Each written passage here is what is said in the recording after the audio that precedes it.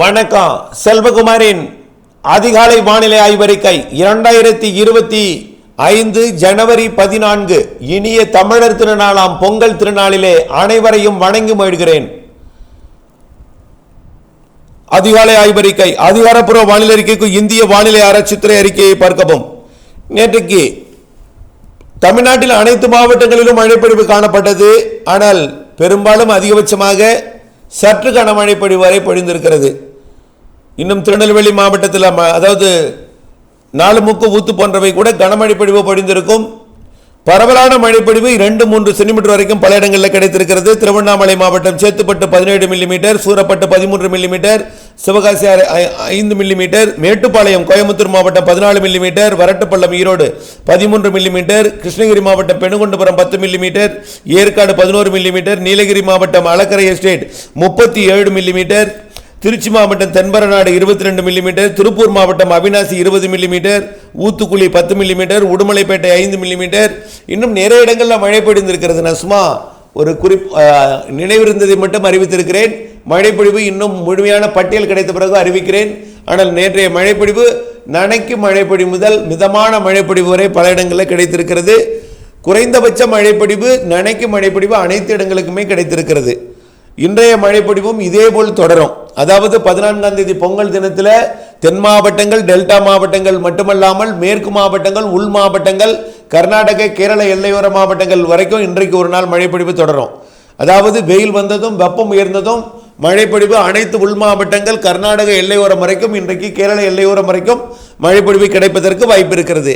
காற்று சுழற்சியானது குமரி கடற்பகுதிகளுக்கு தெற்கே மாலத்தீவை ஒட்டி நிலநடுக்கோட்டு இந்திய பெருங்கடலில் ஒன்றும் இலங்கைக்கு தென் கிழக்கு புறத்தில் ஒன்றுமாக நீடித்துக் கொண்டு காற்று குவிதலை ஏற்படுத்தி கொண்டிருக்கிற அதே வேளையில் கர்நாடக கரையோரம், அதே போல மகாராஷ்டிரா தொடங்கி கர்நாடக கரையோரம் வரைக்கும் காற்று சுழற்சியின் இணைப்பு சுழற்சியால் இணைக்கப்பட்டு இருவேறு காற்று சுழற்சிகள் நீடித்துக் கொண்டு காற்றை கர்நாடக எல்லையோர மாவட்டங்கள் வரைக்கும் எடுத்து செல்கிற காரணத்தினாலே வெப்பம் வந்ததும் வெயில் வந்ததும் வெப்பம் வந்ததும் கண்டிப்பாக மழைப்பொழிவு மதியம், மாலை, இரவிலே, முன்னிரவிலே, நள்ளிரவிலே ஆங்காங்கே கொடுக்கும். இன்றைக்கு ஒரு நாள் மட்டும் சற்று பரவலான மழைப்பொழிவு ஆங்காங்கே தெரிகிறது. நாளை 15ஆம் தேதி மாட்டுப் பொங்கல் தினத்தில் தென் மாவட்டங்களுக்கும், டெல்டா மாவட்டங்களுக்கும், மத்திய மாவட்டங்களுக்கும் தெரிகிறது.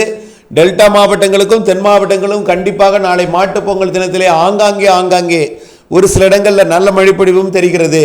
16ஆம் தேதி தென்கோடி மாவட்டங்களுக்கு மட்டுமே, அதாவது மதுரைக்கு தெற்கே, நாளை திருச்சிக்கு தெற்கே, இன்றைக்கு ஒட்டுமொத்த தமிழ்நாடு, நாளை திருச்சிக்கு தெற்கே, நாளைய மறுதினம் மதுரைக்கு தெற்கே உள்ள மாவட்டங்களுக்கு மட்டும் இருக்கும். 16ஆம் தேதியுடன் இந்த சுற்றின் மழைப்பொழிவு நிறைவடைந்துவிடும்.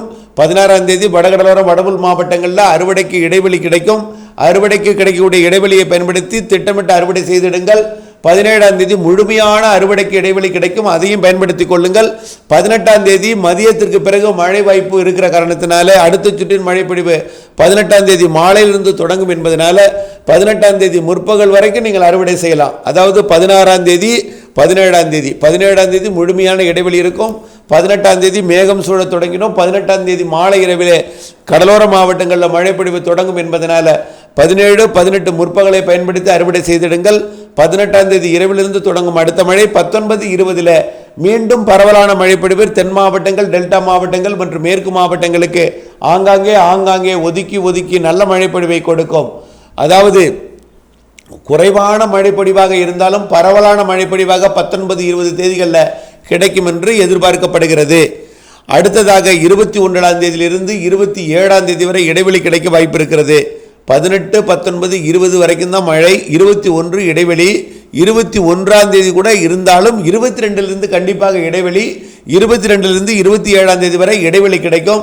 அந்த இடைவெளியை பயன்படுத்தி அறுவடை மற்றும் உலர்த்துதல் பல்வேறு பணிகளுக்கு நீங்கள் திட்டமிட்டுக் கொள்ளுங்கள். மாத இறுதியில் மேலும் ஒரு நிகழ்வு, வலுவான நிகழ்வு, நல்ல மழைப்பொழிவை தரக்கூடிய நிகழ்வு வர இருக்கிறது. 29, 30, 31ஆம் தேதிகளில். அது 31ஆம் தேதி வாய்ப்பில்லை, 29, 30 தேதிகளில் இருக்கும் என்று எதிர்பார்க்கப்படுகிறது. ஒருவேளை 31ஆம் தேதி தொடர்ந்தாலும் அது லேசான மழைப்பொழிவாக இருக்கும் என்பதை தெரியப்படுத்த விரும்புகிறேன். மாத இறுதியிலையும் ஒரு நிகழ்வு இருக்கிறது. ஆகவே நிகழ்விற்கு தலா 2 நாள் வீதம், இன்னும் 3 நிகழ்வுகள் இப்பொழுது இருக்கக்கூடிய நிகழ்வையும் சேர்த்து 19, 20 அடுத்த நிகழ்வு, அதற்கு அடுத்தது மாத இறுதி 29, 30. பிற நாட்களெல்லாம் இடைவெளி நாட்களாக இருக்கும். இடைவெளியை பயன்படுத்தி அறுவடைக்கு திட்டமிட்டுக் கொள்ளுங்கள். இதேபோல் பிப்ரவரி மாதத்திலும் மழை இருக்கிறது. பிப்ரவரி மாதம் முதல் வாரத்தில் ஓரிரு நாள் மழையும், இரண்டாவது வாரத்தில் ஓரிரு நாள் மழையும், மூன்றாவது நான்காவது வாரத்தில் ஓரிரு நாள் மழையும் தெரிகிறது. இடைவெளியும் இருக்கும், இடையூறும் இருக்கும். பெரிய அளவிலே பாதிக்கும் மழைப்பொழிவுக்கெல்லாம் வாய்ப்பில்லை. ஆனால் ஒரு சில இடங்களில் சற்று கனமழை பொழிவு கொடுக்க வாய்ப்பு இருக்கிற காரணத்தினாலே அறுவடை விவசாயிகள் சற்றே வானிலை ஆய்வறிக்கையுடன் இணைந்திருந்து இடைவெளி அறிந்து வானிலை அறிந்து திட்டமிட்ட அறுவடை பணியை மேற்கொண்டு முதலீடை மீட்டெடுக்குமாறு அன்போடு கேட்டுக்கொள்கிறேன். அதே போல் பிப்ரவரி மாதத்தில் பிற்பகுதியிலிருந்து காற்று சுழற்சி மழை சற்று வலுப்பெற வாய்ப்பு இருக்கிறது. மார்ச் மாதம் முதல் வாரத்திலிருந்து கண்டிப்பாக காற்று சுழற்சி மழை சற்று வலுப்பெறும் என்று எதிர்பார்க்கப்படுகிறது.